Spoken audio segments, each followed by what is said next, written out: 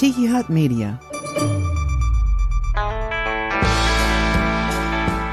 Pop the top on your favorite beer or whatever you drink from Tiki Hut Media. This is Soul Ramblings with Jerry Wicker.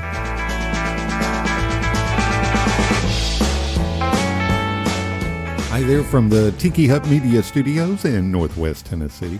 I'm Jerry Wicker. Grab yourself a beer. Come on in. Everybody's welcome. I want to thank you for being here on Soul Ramblings Podcast, where each and every week we talk about faith and life. This week we'll have a couple of good news stories for you. Plus, we'll take a look at what I've been watching, what I've been streaming, and these are things that I enjoyed, and I am suggesting those to you. That's all coming up on today's episode.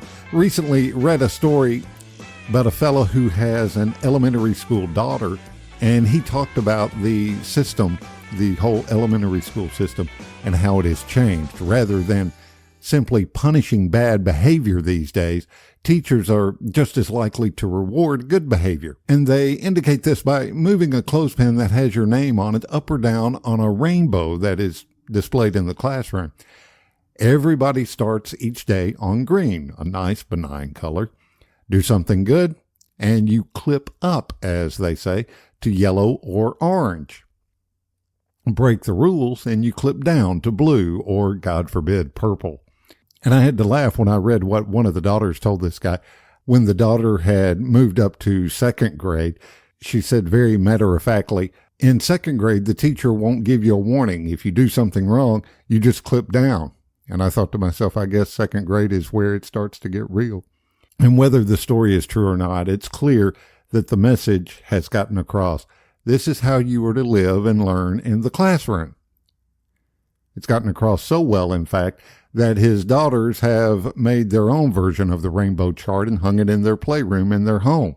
Likewise, the Israelites are delivered from their captivity in Egypt, and they make their way, with God's mighty help, through the waters of the Red Sea. Moses goes up to Mount Sinai to meet with the Lord. When Moses comes down, he doesn't have a rainbow chart and clothespins. He's got 10 very powerful, life-giving words that will eventually get engraved in stone. And all the Hebrews learn that this is where it starts to get real. Every aspect of Hebrew culture and faith will come to be built on these 10 words of life, which come to be known as the 10 Commandments. These are the basics given right here at the beginning of their life together.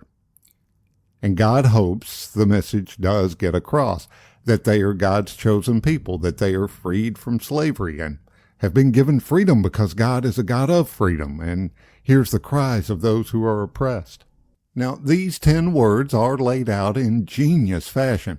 They're not just willy-nilly thrown out there. Don't do this, don't do that, which is what I thought as a kid. They all flow very logically and lovingly from each other, starting from the very first one, which actually doesn't even begin as a commandment, but as a statement of grace. I am the Lord your God, who brought you out of the land of Egypt, out of the house of slavery. It's right there in the front of it all. Before Israel is asked to do anything, God reminds them of all God has already done and whose they are. And then the rest of them flow from there. Ones that focus on the relationship between God and God's people, and then to the ones that focus more on the relationships between God's people, us with each other. That's all well and good, but the problem is the message doesn't really get across. Over time, God's people begin to see them as nothing more than a list of rules, do's and don'ts, rather than viewing them as they are intended, which is a gracious gift that describes and defines the life of a free people. The people of God start seeing them as some authoritarian blackboard name-writing system. God's people become like that selfish, unruly little clever school kid who knows exactly how far he can go and exactly how he can split hairs of interpretation. If you've got kids, you know what I'm talking about. So that kid doesn't get a bad check mark beside his name or get clipped down, as they say.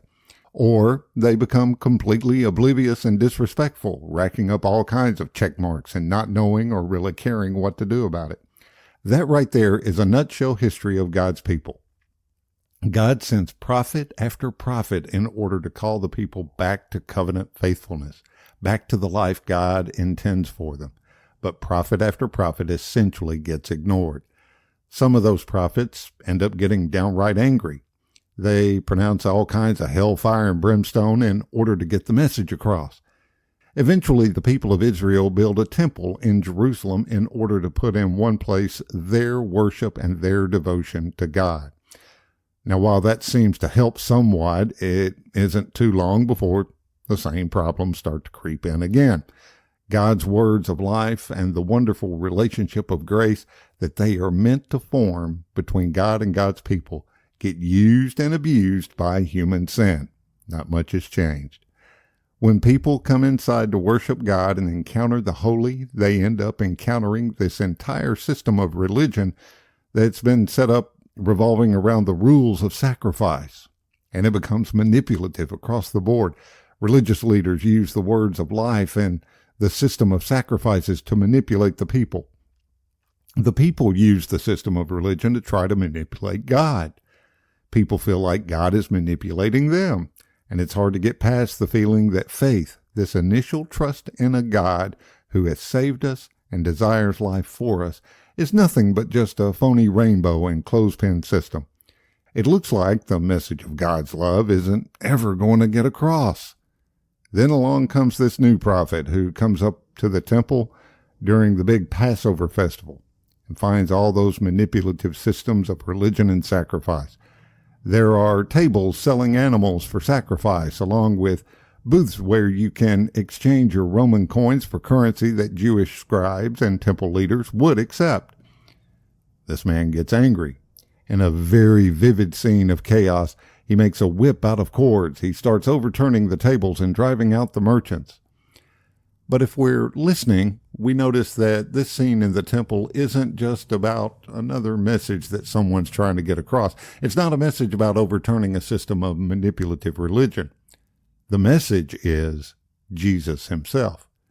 Jesus doesn't just come like all the other prophets before him, bearing the message of God's forgiveness of sin. Jesus becomes the forgiveness of sin himself. Hence the confusion about the temple's destruction and rebuilding that he was talking about. He's not talking about a stone temple. He's talking about his very own body. What we learn from Jesus, you see, is that God's message is not going to get across until God's message gets across. Because of the presence of human sin, which is the tendency to think that we can control where we ultimately fall on God's big rainbow chart of God's love, the law, the commandments, the gestures of forgiveness, none of it has been getting across. So in Jesus, the message gets across. All of the things that stand in the way of a direct relationship with God, all those systems and rules and guilt and shame die forever on the cross of Jesus. It's something that never really seems to make any sense, that God would go to this length to redeem this relationship with us, that he would let his own son become both the rules and the consequences for us. The Apostle Paul puts it this way: "For the message about the cross is foolishness to those who are perishing, but to us who are being saved, it is the power of God." For the message about the cross makes absolutely no sense at all to those who are still trying to keep their name off God's blackboard. But for those who are aware that they will always end up transgressing, always end up sinning, the cross is salvation. It's the teacher taking the giant eraser to the chalkboard and saying, "I love you anyway." One thing, then, we should often think about is, what message are we giving across here in our little temple of the Lord, in our ministries in Jesus' name? Do we give off the impression that we're all about a system of rules? Do we come across as people driven by some sense of game-playing religion, or as those who know that the cross of Jesus claims us as God's children forever, regardless of our brokenness? You see, the actual cross in our sanctuaries and in our buildings is really only an object. The true message is the one written in the life of those who gather beneath it each and every week, and each and every day in some cases. The true design is lived in the compassion and mutual understanding that God works in us. The true force of the cross is known when people live forgiven and free because they know their God has claimed them forever. It's the life the Ten Commandments were intended to foster and flourish, and the message God is always trying to get across. Yes, the most important statement will not be made by architecture or a set of tablets, and definitely not by a system of rules, but one that is reflected in our faith, a faith in God who gives himself. When we are at our church best, it's when we've realized that the message we're trying to get across is the cross. It almost doesn't even make sense. It's the foolishness of God. Our names have been erased from the blackboard. And now, things are about to get real. Thanks be to God. We'll be right back after this short break. My name is Teresa Barber. I was in the United States Navy, and I served overseas in the Middle East and Africa. Early on in my career, I had a commander that taught our suicide prevention training, and the very next day, he took his own life. 90% of suicide attempts involving a gun are fatal. My way of continuing my service is to help protect my community by being a responsible gun owner and by storing firearms safely. Store all your guns securely. Help stop suicide. Brought to you by End Family Fire and the Ad Council. Time once again for some good news stories. Good news, everyone! This week we have a couple of good news stories on Soul Ramblings podcast. A hiker, and this is a recent story actually from about a month ago, a hiker in Hawaii called 911 after seeing an unaccompanied dog barking at the edge of a steep slope. After getting the dog to safety, rescuers noticed something else, a bag filled with personal items about 70 feet below where the dog was found. Responders on the ground who were caring for the dog found a name and contact information for its owner on its collar. When their call went unanswered, local police performed a welfare check and found no one was home, indicating something was wrong. Sure enough, further down the slope underneath thick foliage, rescuers found a 35-year-old woman, the owner of the dog that provided some loyal lung power, who had taken a fall during a hike. The crew loaded her onto a rescue stretcher and airlifted her to safety. We've got a link in the show notes so you can read that whole story from CNN. In this story, Wayne State University's Word Warriors program has released its 2024 list of extremely cool words, and they're actually a feast for the brain. The program highlights delightful, oddly applicable words that have been lost to time and definitely deserve a renaissance. Among this year's short list are the words Curglaff or Curglaff, which means it's a noun that means the shock when one plunges into cold water. One of my favorites, Rawgabbit, which is a noun, and it means a person who speaks confidently but ignorantly. And then there's the noun thunderplump, a heavy lashing of rain during a rainstorm is what that means. And these actually seem so accurate if you think about it. Of course, that's what a rawgabbit is after all, isn't it? Find out other highlights from that list of revived words from Wayne State University's Word Warriors in the link in the show notes. With so many streaming services out there, blockbuster movie releases and new TV shows, we're told we've got to watch them. It can feel overwhelming to try to keep up. So we keep our eyes on lists like Netflix's most viewed titles, but the big hits aren't necessarily always worth watching. So how do you get through it all? How do you decide what to watch and what not to watch? Well, here are a couple of things that Beth and I have watched. Hopefully this will make it a little easier for you. The first one is if you have Peacock, a TV series, the first season of it, there's only one season of it right now. It's called Found. It features recovery specialist Gabby Mosley and her crisis team who stop at nothing to find every missing person in Washington, D.C. But to get the job done, here's the interesting twist on this show.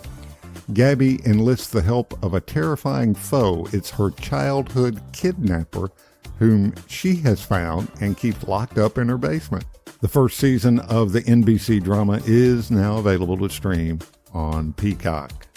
Next on suggested viewing from both Beth and I is a show called Life and Beth on Hulu. Amy Schumer stars as Beth, a young woman who seemingly has it all. After an incident, Beth is forced to confront her past and see what her future holds. The entire first season is available to stream on Hulu, and just this month, the second season premiered. And finally, a movie that we watched a few weeks ago on Amazon Prime called Role Play. If you loved Mr. and Mrs. Smith, you need to watch this new movie starring Kaylee Cuoco from The Big Bang Theory. The story follows a seemingly normal couple who are raising their 2 children in the New Jersey suburbs. The catch? The wife is an assassin for hire, and her husband has no idea. It's a great, fun movie to watch. It's called Role Play on Amazon Prime Video. And finally this week, this comes to us from Parade Magazine, and I found it interesting because I know people like this. Are you one of those people who feel you need to apologize several times and worry you've offended someone, no matter what the situation is? You might be what's referred to as a chronic apologizer, which is someone who over-apologizes when the situation doesn't warrant it.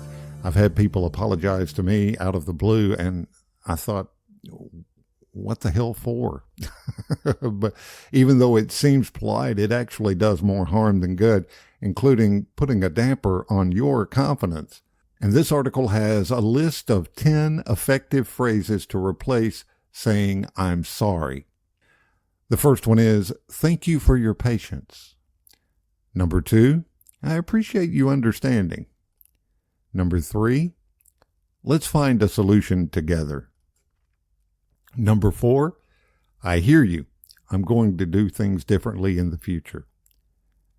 Number 5, I'll take steps to prevent this in the future.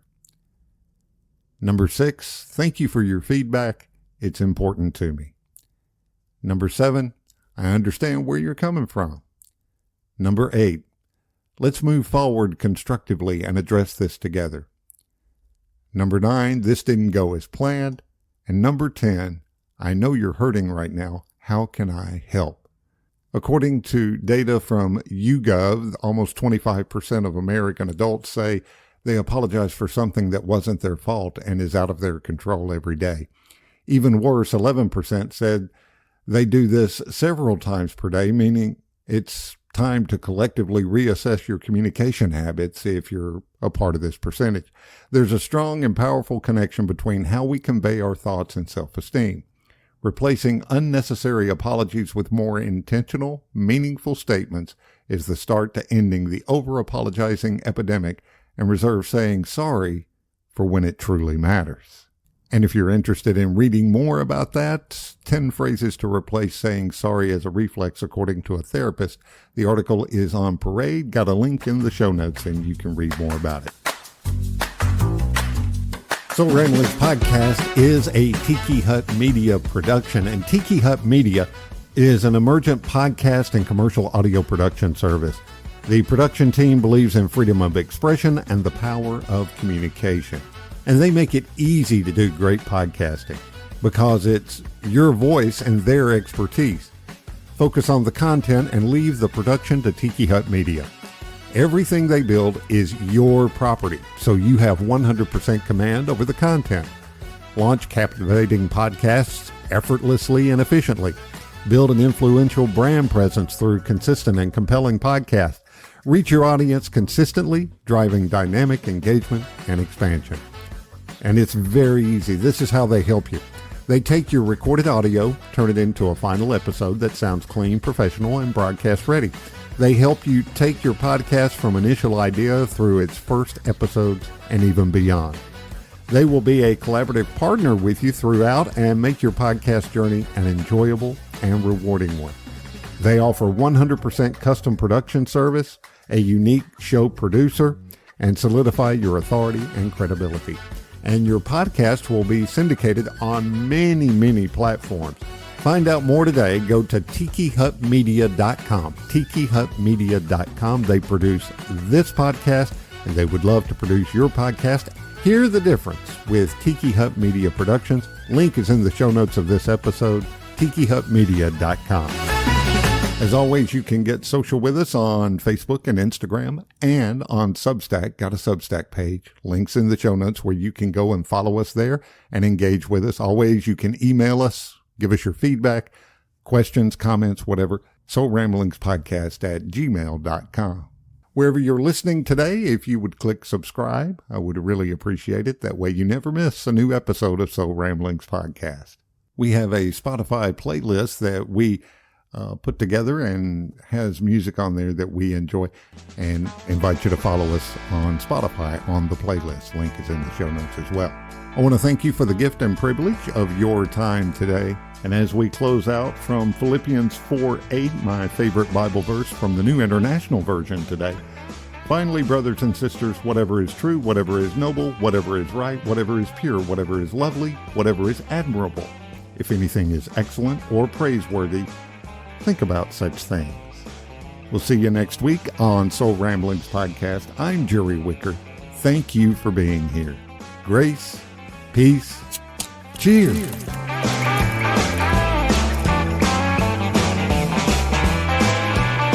Thanks for listening to Soul Ramblings with Jerry Wicker. Download new episodes every week.